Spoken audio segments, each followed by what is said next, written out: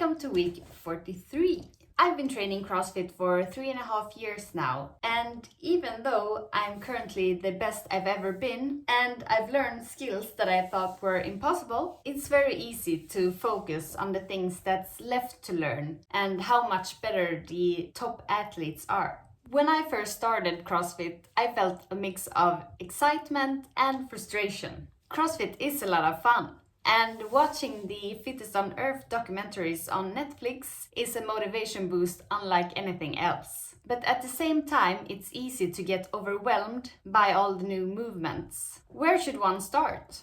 And for how long will you be stuck in a corner practicing kip swings and wall-facing handstand hold? There is no universal solution to these questions. Rather, it depends very much on your individual conditions. But there are some general guidelines that at least I would have liked to hear back when I first started. So here's the topic of this week's video. 5 things I wish I knew when I started CrossFit. Takeaway number 1, it takes a lot of time and patience to become better. When I started CrossFit, I definitely thought that I would be able to do all movements at this point. But CrossFit includes such a wide amount of physical tests, and to improve at several at them will be time-consuming, if anything. And even if you have oceans of time to train, your body's adaptations can take longer time than what's desirable. The longer you've trained, the more training you will probably have to put in between each significant increase in strength. So as soon as you're past the beginner's phase, strength gains will take a lot of time. This can of course also cause fluctuations in motivation if you get stuck at a plateau for a longer period of time. Then there's also the fact that some people learn skills faster than others. And in my case, the learning curve is steep when it comes to technically demanding movements, whether it's weightlifting or gymnastic keeping. So a lot of patience is definitely necessary to keep on working on weaknesses where progress is slow and when it feels like everyone else just managed on the first attempt. On top of this, injuries can happen that makes the progress wane. You can always improve everything from transition times in workouts to energy conserving moving patterns. So takeaway number 1 is definitely be aware that it's a long road with many obstacles to becoming the fittest you possibly can. Takeaway number 2, you can't train everything all the time. Like I said initially, it's easy to become excited and eager to try to learn everything at once. But trying to train everything all the time will result in slower progress, which can mess with motivation, and it will also be more strenuous on the body. Therefore, you should prioritize different focus blocks. For instance, 6 to 12 weeks where you focus on building strength, and then down prioritizing metcons and endurance training during this specific period, and then perhaps switching focus on the next block. It's also preferable to focus on one gymnastic drill at a time. For instance, having a training block where you focus on bar muscle-ups and then practicing several times a week. And after that, perhaps switching to chest to bars for the next training block, instead of training every movement only once a week or training both of them several times a week and risking overstraining the shoulders.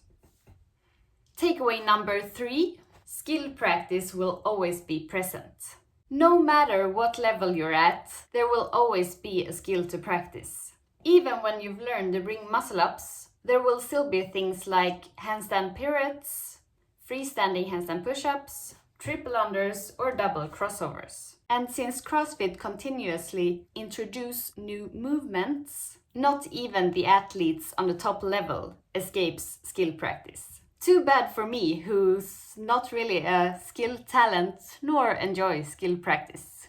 Then there's of course also the fact that you always can improve technique and moving patterns to infinity. Takeaway number 4, habits will make you happy. Habit stacking is essential if you're trying to become better at CrossFit. Whether it's food prepping to free more time for training, a pre-workout routine for injury prevention, an evening routine for optimizing sleep, or stretching for maintaining a healthy body.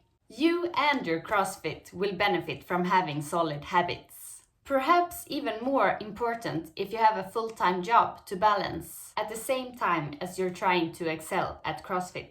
Habits make each chore less energy demanding and also makes you more aware of where you spend your time. So take a look at your weekly schedule and see if there's easy adjustments to make that will free more time that you can invest in your CrossFit progression. Takeaway number 5, intensity should be intentional. Starting CrossFit most often includes daily metcons, which release a bunch of endorphins, and it's pretty easy to get addicted. However, if you train 2 hours a day, 6 times a week, you can't have a workout where you give your all each session. That will very soon result in exhaustion, or at least lower quality in most of your sessions. As soon as you advance from the beginner state and take your training more serious with performance in focus, you need to be intentional in where the weekly intensity goes. For instance, if you have a strength block where building strength in your back squat is the main focus, then you shouldn't have rowing intervals where you push the max limits, because the latter will definitely affect the former. It's not bad to train workouts at zone 3 or with a lower heart rate. That will definitely improve your movement pattern. But all workouts can't look like this if you want to become your best. So just make sure that it's intentional which workouts are at max effort and which are at lower effort. I hope you've found these tips helpful. Remember that consistency is key to all worthwhile things in life, not least when it comes to training. See you next week.